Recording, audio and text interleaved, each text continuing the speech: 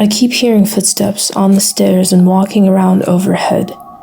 I must have run up and down those steps 6 times the other day, and I couldn't find anybody. I'm ready to go now, but I don't want to leave you here alone, said Bob the plumber at the infamous haunted house of Helen Ackley.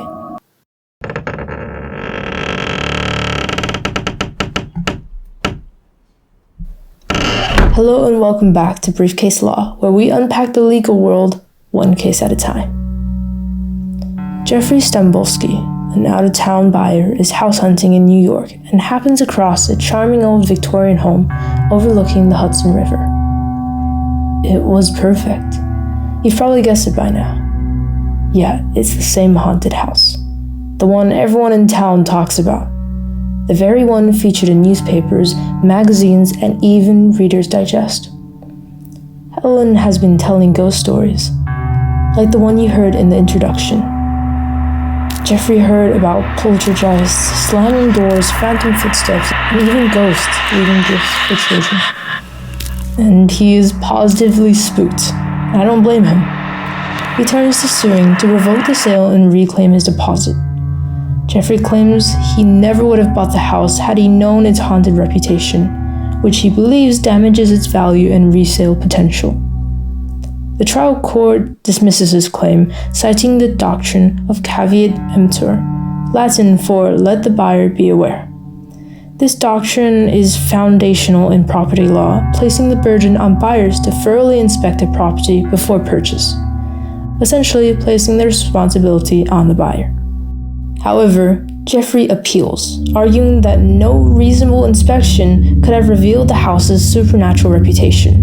He's not a local, he couldn't have known the neighborhood folklore. Plus, everyone knows how difficult the supernatural can be to pinpoint. It's part of why it's so mysterious. This brings us to the appellate division of the New York Supreme Court, who takes a different view.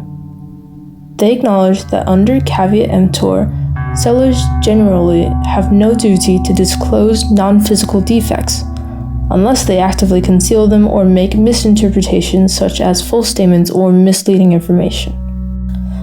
On the other hand, Helen had publicized the haunted nature of the house, which led to a reputation that was actively created and spread by Helen herself, which means that she had special personal knowledge about how the house was perceived that a typical buyer would not have.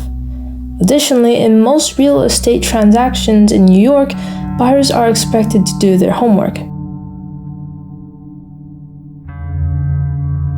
However, the court recognized that no amount of reasonable inspection or standard due diligence would reveal the home's haunted reputation.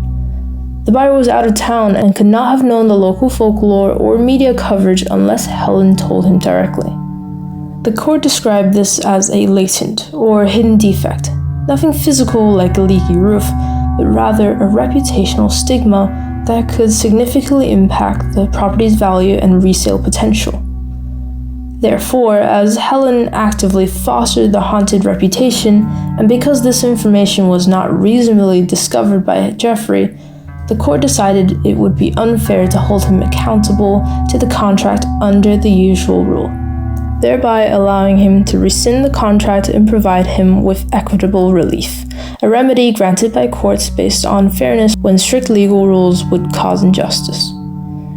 The court famously wrote, "The most meticulous inspection and the search would not have revealed the presence of ghosts at the premise or unearthed the property's ghoulish reputation in the community. Therefore, there is no sound policy reason to deny plaintiff relief for failing to discover a state of affairs which the most prudent purchaser would not be expected to even contemplate." To summarize, the court found that when a seller possesses unique knowledge about a material fact that cannot be discovered by a reasonable buyer, and especially under circumstances where the seller is responsible for creating that reputation, fairness requires the seller to disclose it. Let's imagine now that the rumors were instead spread by a third party, such as Bob the plumber, and not Helen the seller.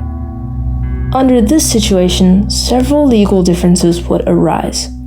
The seller would not have had any unique knowledge on the reputation, or at the very least would not have been responsible for creating it. Given that it was just local gossip, the seller's duty to disclose would be much weaker. Therefore, the court would be much less likely to grant rescission of the contracts on such grounds. Now back to the case at hand though. The court finds that the seller is instopped, which means legally prevented from denying the haunting since she promoted it so widely. They also famously ruled that the house was haunted as a matter of law, causing it to be technically recognized by the government as a haunted house. Although it is important to note that they are not recognizing the reality of ghosts, but rather the reality of the reputation and its effect on property value. Finally, under the New York law at the time, the court did not find fraud, nor was the real estate agent liable for non-disclosure. So Jeffrey was not rewarded any additional damages. And that's our case closed for this episode. Thank you for tuning in to Briefcase Law.